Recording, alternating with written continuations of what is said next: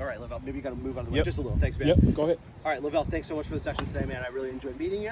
I think you got off to a great start as a relative beginner golfer. Just want to remind you a few of the basics we talked about today, so you got it all in one place. Review it if you agree. So, right at the beginning, talking about the grip.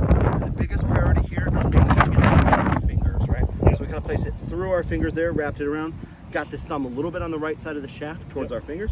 And then in the fingers here again, kind of running through these two middle fingers particularly, and then wrapped over that way, okay? Once we did that, the big priority is that the hands can allow the club to move back and forth this way, which you did a good job of. And then it can also go up and down.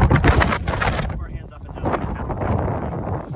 Then we talked a little bit about our kind of our posture and our stance, how we stand. So once we got our good grip, basically, showed you how to kind of like stand straight up and down. Stick our butt out just a little bit, unlock our knees a little bit, and then allow that club to fall to the ground. So what we're looking for is our hands hanging right below our shoulders this way in a nice relaxed place. You did a good job of that. It was pretty natural for you. Once we got you there, you kind of returned to that. So I'm not too worried about that.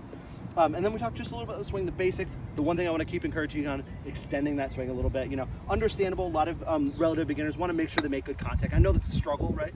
But it's easier as we learn to make sure we can get that club up nice and over our shoulder.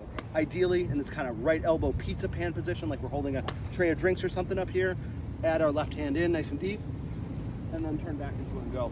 And just encourage you again about that other cheesy, vision that I'm giving to people, kind of throwing the frisbee with your left hand. Just reminds you, hey, it's not just my hands and arms that are swinging this. You wouldn't throw a frisbee very far that way. We're gonna really get wound up behind it and turn our body and go. And you did a great job of that, particularly on your driver as we got better at that.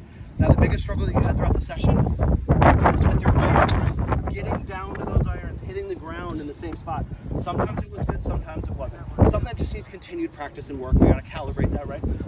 But just keep in mind that the things that help us get down to that are typically gonna be the pressure that we get down on our lead leg, our left leg, as we're kind of like making our swings down.